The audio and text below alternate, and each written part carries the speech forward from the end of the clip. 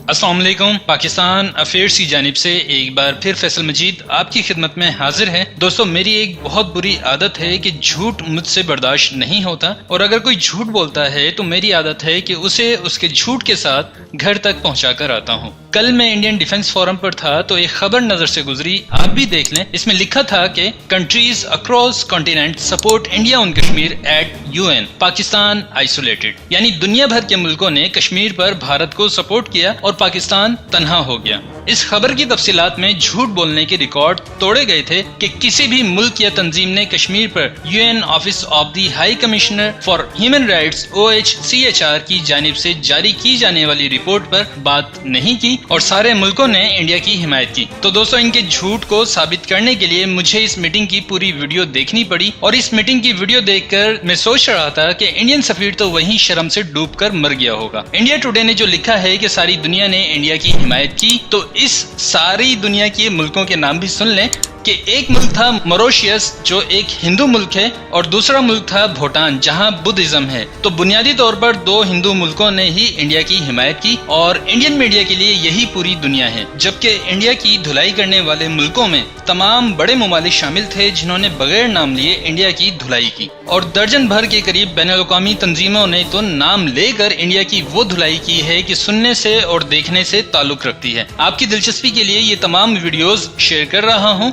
अभी ये videos share कर रहा हूँ, और जैसा कि वादा किया था पिछली वीडियो में कि इंडिया और पाकिस्तान के लफ्जों की जंग आपसे शेयर करूंगा, तो वो इंशाल्लाह थोड़ी देर में कर दूंगा। तो अब तक के लिए इतना ही था। वीडियो पसंद आए तो लाइक करें, अपने दोस्तों के साथ शेयर करें, और कमेंट करके अपनी राय का इजहार जरूर करें। चैनल सब्सक्राइब करना ना भूलें। मिलते हैं नेक्स्ट वीडियो में, तब तक आपने अपना बहुत ख्याल रखना है और मुझे अपनी दुआओं में याद रखना है। May we now invite Amnesty International to take the floor.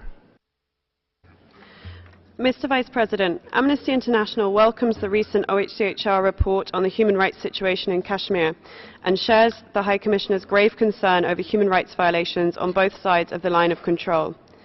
Amnesty calls on the Council to take meaningful action to address the situation addressed in the report, particularly with regard to the repeal by India of the Armed Forces Special Powers Act, the need for independent, impartial and effective investigations into allegations of human rights violations by Indian security forces, including injuries and deaths caused by pellet-firing shotguns, and the amendment of the Jammu and Kashmir Public Safety Act. May we now invite the Asian Forum for Human Rights and Development. Mr. Vice President, we thank High Commissioner Zaid Rad Al Hussein for his term as the UN High Commissioner for Human Rights. The active and outspoken role he played has helped shine a light on several human rights situations and reassured victims and human rights defenders in Asia and beyond. We echo concerns expressed by the High Commissioner on a number of Asian countries. We call on both India and Pakistan to fully cooperate with the High Commissioner's calls for a commission of inquiry on the human rights situation in both sides of the line of control in Kashmir. May I now call on the International Muslim Women's Union. Thank you, Mr. President. It gives me immense satisfaction to appreciate the efforts and dynamic leadership of present UN High Commissioner for Human Rights.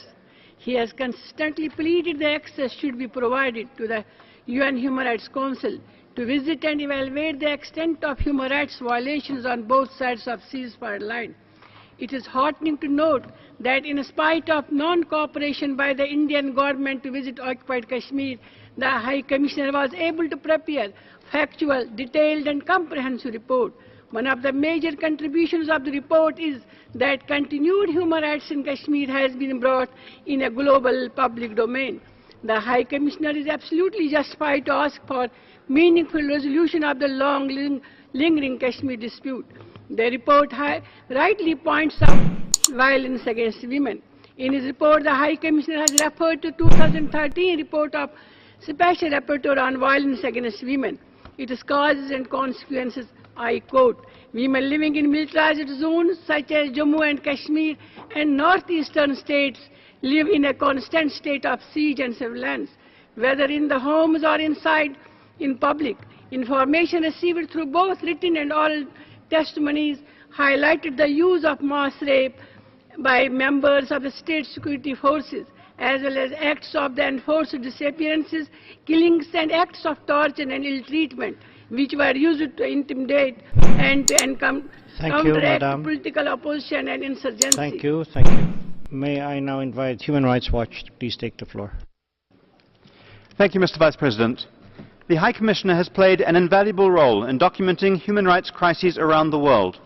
In many cases, his office has stepped up when this Council has failed to act.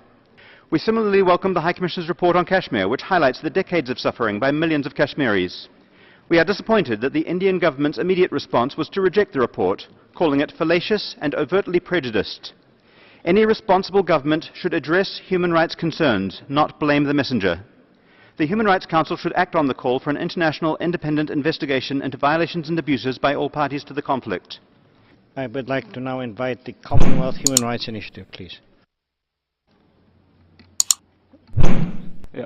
Thank you, Mr. Vice President. The Commonwealth Human Rights Initiative, CHRI, welcomes concerns expressed by the High Commissioner on a number of Commonwealth countries. CHRI urges both the governments of India and Pakistan to review the recommendations made in the OHCHR's report on the situation of human rights in Kashmir and to take steps to meet these concerns, which have been widely reported domestically over the past years. The World Muslim Congress, please. Thank you, Mr. Vice President. World Muslim Congress commends the High Commissioner for Human Rights for releasing the first ever detailed report on Kashmir. The High Commissioner and his team has given the world a lesson in not letting political complexity stand in the way of doing the right things. World Muslim Congress commends the human rights defenders of Indian-occupied Kashmir who cooperated with the OHCHR, risking their lives due to the state reprisals. Just look at the list of people in Kashmir who have been given a new hope. Thousands of women gang raped by Indian soldiers, thousands of people killed arbitrarily, 7,000 Kashmiris who have partially or totally lost their eyesight, and the victims of mass graves across the Indian-occupied Kashmir. The report recognizes the Jammu and Kashmir's international dispute and the right separation of people of Kashmir is protected under international law and paves the way for an urgent humanitarian intervention. It is unfortunate and particularly cynical response the government of India has described the report a selection of unverified incidents. It's time for India to come out of denial mode. I urge this Council to act on the key recommendations of the report to establish an international commission of inquiry into the human rights situation in Indian-occupied Kashmir and urge Indian government to open the territory of Kashmir for international scrutiny. This is an opportune time for this Council to start working towards ending Kashmir conflict permanently in accordance with the UN security resolutions and wishes of the people of Kashmir. I thank you, Mr. President. Thank you. May we now invite Commission africaine des promoteurs de la santé et des droits de l'homme. Thank you, Mr. President. The UN Kashmir report released last week is a testimony to the concerns raised by the local and international organizations here in this Council and the other relevant platforms. This report covers the incidents that took place from July 2016 till date, but the actual story is too long, and systematic human rights violation ranging from mass killing, forced disappearances, torture, sexual harassment, arbitrary detentions, extrajudicial killings has been a routine practice since last 3 decades. The Indian government has quickly rejected the report, calling it fallacious, tendentious, and motivated. But this dismissal of the serious concerns raised in the UN's Kashmir report is unjustified and counterproductive. Rather, its findings and recommendations should be acknowledged and prompt steps should be taken in support of an international investigation. Mr. President, we strongly support the High Commissioner's recommendation for this Council to establish a commission of inquiry to probe deeper and sort out remedies for Kashmiri people. It is pertinent to work for the establishment of an independent international investigation that would comprehensively examine allegations of serious human rights violation in Jammu and Kashmir. Thank you very much. Thank you. May I now request the World Organization Against Torture to deliver its joint statement. Thank you. Mr. President, we welcome the first ever report by the High Commissioner for Human Rights on Kashmir and call for the early establishment of a commission of inquiry to conduct a comprehensive investigation into allegations of human rights violations in Kashmir. Grave human rights violations by law enforcement and members of the armed forces in Kashmir are met with chronic impunity, and in India they enjoy a de facto immunity. We are also concerned over the rampant misuse of Pakistan's anti-terrorism laws, violations of land rights, restrictions on freedom of expression and religion, and abuses by non-state actors in Pakistan-administered Kashmir, highlighted in the OHCHR report. We express grave shock over the killing of Mr. Shujat Bukhari, a senior journalist and editor of the newspaper Rising Kashmir, on the same day of the release of the OHCHR report on Kashmir. We also express deep concerns over the reported apprehensions regarding the safety of human rights defenders in Kashmir in the aftermath of this report. We urge the governments of India and Pakistan to extend an immediate invitation to all UN special procedures. We urge the governments of India and Pakistan to strictly respect international standards on the use of force by law enforcement agencies and the military, and to expressly recognize the right to self-determination of the Kashmiri peoples. Thank you. May I now call on United Villages to take the floor, please. Mr. President, United Villages welcomes and appreciates the report presented by the High Commissioner for Human Rights about the human rights situation in Jammu and Kashmir. The report is the acknowledgement and corroboration of the facts brought into the notice of this Council for the last couple of years. The Armed Forces Special Powers Act has been given serious thought by the High Commissioner, as this law has been used with impunity against the people of Jammu and Kashmir, demanding United Nations recognized right to self-determination.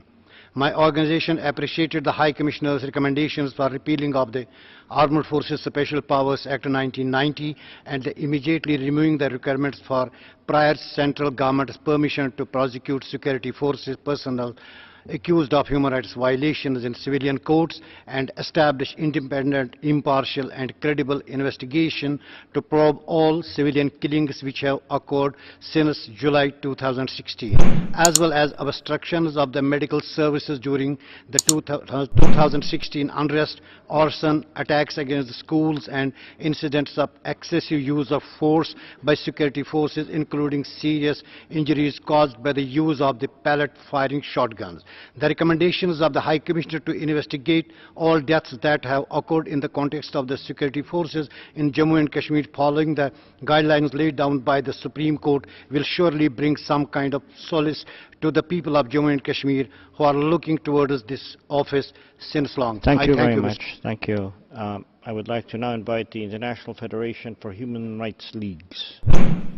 We welcome the recent OHCHR report on the human rights situation in Kashmir and its call for accountability. We urge the Indian and Pakistani governments to act positively upon its findings and recommendations. We also urge all parties to refrain from acts of reprisals against those collaborating with OHCHR and to cease all acts of harassment against civil society documenting human rights violations in the region. In Myanmar, we decry the government's new attempt to whitewash ethnic cleansing of Rohingya by appointing yet another commission of investigation, likely to lack independence and impartiality. The Council must lend its full support to the work of the fact-finding mission and other documentation efforts with a view to fostering accountability for crimes committed against ethnic minorities in Myanmar. We call now on the Association for the Protection of Women and Children's Rights. Thank you, Mr. President. I would like to thank the High Commissioner for Human Rights for his groundbreaking report on the situation of human rights in Kashmir. This international conflict was neglected for 7 decades. Your report alerts the international community to the need for a humanitarian and political intervention in Kashmir to resolve the conflict. I would especially commend the High Commissioner's reference to Kashmir as a case for self-determination. This reference is a reminder for the world's largest democracy that it cannot call Kashmir its integral part, nor can it annex the territory in violation of UN Security Council resolutions. Mr. President, on June 14, about a couple of hours after the High Commissioner released his first ever report on Kashmir, Shujat Bukhari, a prominent Kashmiri journalist and editor of Rising Kashmir newspaper, was assassinated in Srinagar city of Indian-occupied Jammu and Kashmir. Mr. Bukhari was targeted by unknown attackers after he and his newspaper welcomed the High Commissioner's report. This assassination underscores the challenges Kashmiris face under Indian rule. There is a need to immediately establish an international commission of inquiry on Kashmir. The horrors in Kashmir would certainly stunt the world up if such a commission begins its work on the ground. Thank you very much. Thank you, Mr. President. Thank you.